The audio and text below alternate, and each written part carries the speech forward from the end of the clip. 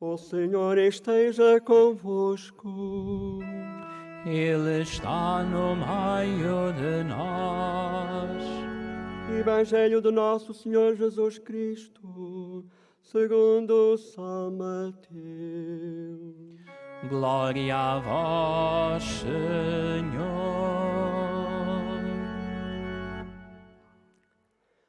Naquele tempo, disse Jesus aos seus discípulos: Não julgueis e não sereis julgados.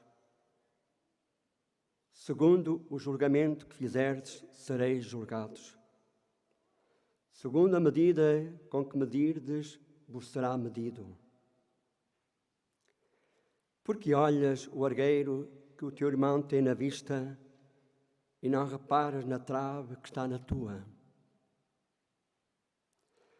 Como poderás dizer a teu irmão: Deixa-me tirar o argueiro que tens na vista, enquanto a trave está na tua?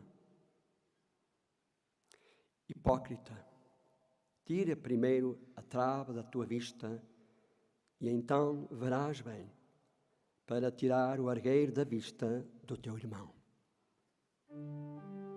Palavra da salvação. Glória a vós, Senhor.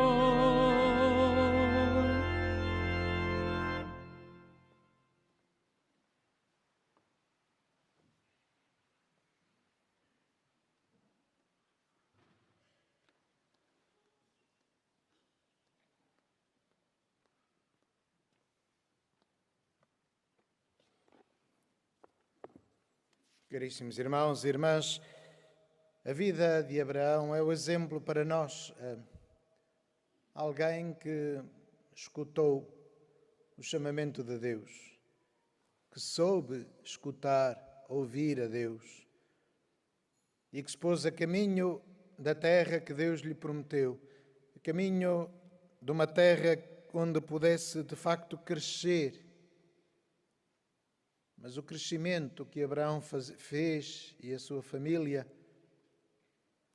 foi esta peregrinação que ele foi fazendo, este caminho que ele foi fazendo até à terra prometida, esta progressão ao longo dos anos, em que foi percebendo qual era o caminho que Deus queria que ele percorresse, qual era a bondade de Deus, qual era a vocação a que era chamado e como é que podia ele próprio corresponder a essa vocação.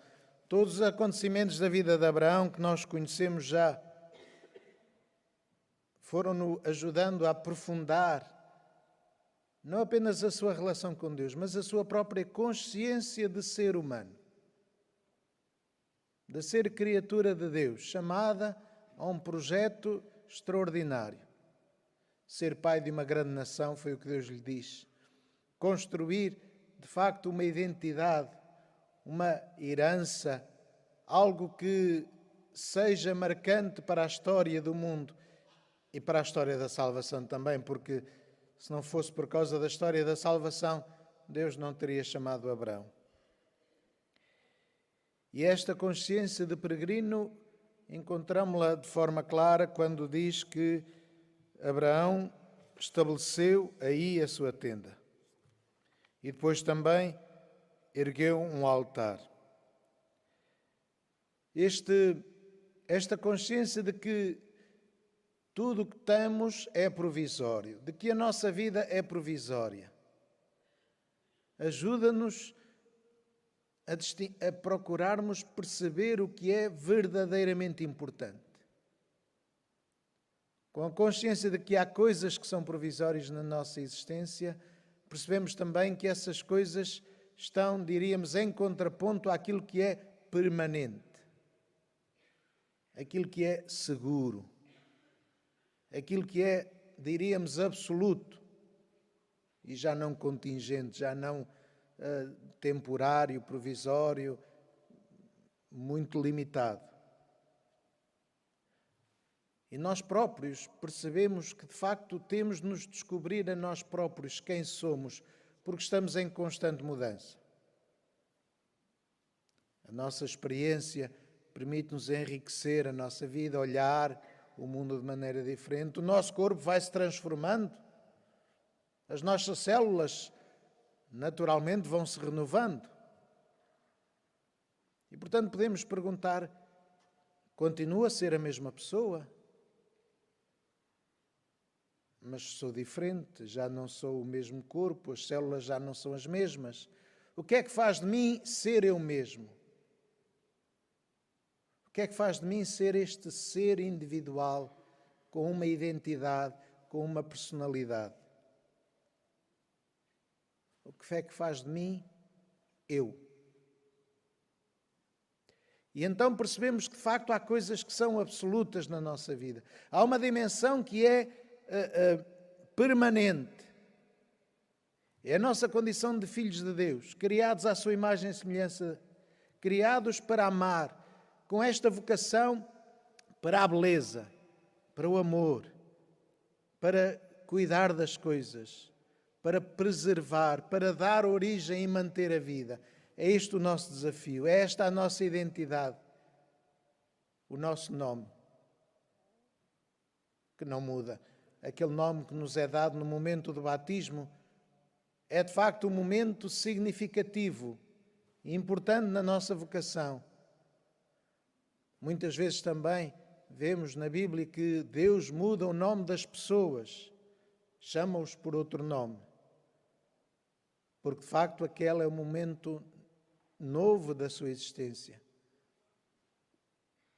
Mas podemos perguntar, o nome também é toda a nossa realidade? A própria irmã Lúcia, que a semana passada foi declarada venerável e está a caminho do altar, ela própria, quando foi para o colégio no Porto, mudou de nome, para que ninguém explorasse a sua experiência de vidente de Fátima, mas a sua experiência íntima, pessoal, aquilo que transformou a sua vida não mudou. A pastorinha de Fátima, a vidente de Fátima não mudou. E ela continuou sempre fiel à promessa de Nossa Senhora. Lá por já não ser Lúcia de Jesus, ou Lúcia dos Santos, não deixou de guardar o segredo que Nossa Senhora tinha dito à Lúcia dos Santos. E não deixou de ser fiel à vocação que Nossa Senhora lhe deu ao dizer: quereis oferecer-vos a Deus. Portanto, de facto, cada um de nós é um ser extremamente complicado. E é por isso que Jesus também, no Evangelho, nos ajuda a perceber isso. Quando diz que não podemos querer tirar o argueiro que está no olho dos outros ou do outro e não vemos nada que está em nós, a trave que nos atrapalha. Porque, de facto, também, graças à nossa essência, somos muito adaptáveis, adaptamos-nos a tudo. O ser humano, para sobreviver, adapta-se a tudo. E é por isso que está presente em todos os lugares do mundo, mesmo os mais inóspitos, mesmo no deserto, mesmo nas zonas geladas, aí há seres humanos e vivem porque se adaptam. E esta adaptação, às vezes, pode ser para o bem e pode ser também para o mal.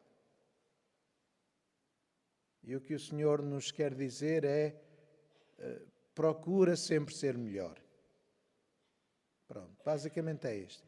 Procura, de facto, caminhar. E o ser peregrino é este propósito de ser melhor, de chegar mais perto de Deus, de chegar mais longe, de crescer, de nos desenvolvermos, de sermos mais santos, sim. E, portanto, deixar aquilo que nos atrapalha, deixar aquilo que está a mais e focarmos naquilo que é essencial. Mas nunca nos acomodarmos. De facto, nunca fazermos uma casa, mas erguermos uma tenda. E erguermos uma tenda também que se permita alargar-se para acolher aqueles que Deus coloca à nossa volta. Por isso também para os nómadas esta dimensão do acolhimento dos visitantes, do acolhimento do estrangeiro, do acolhimento do outro, era sempre importante, porque eles sabiam que no meio do deserto, se não houvesse colaboração, acabavam todos por morrer. Porque sozinho no deserto não se sobrevive. E no mundo também não. Não vivemos sozinhos. Não conseguimos viver sozinhos. Temos de construir família. Por isso é a promessa de Jesus Cristo.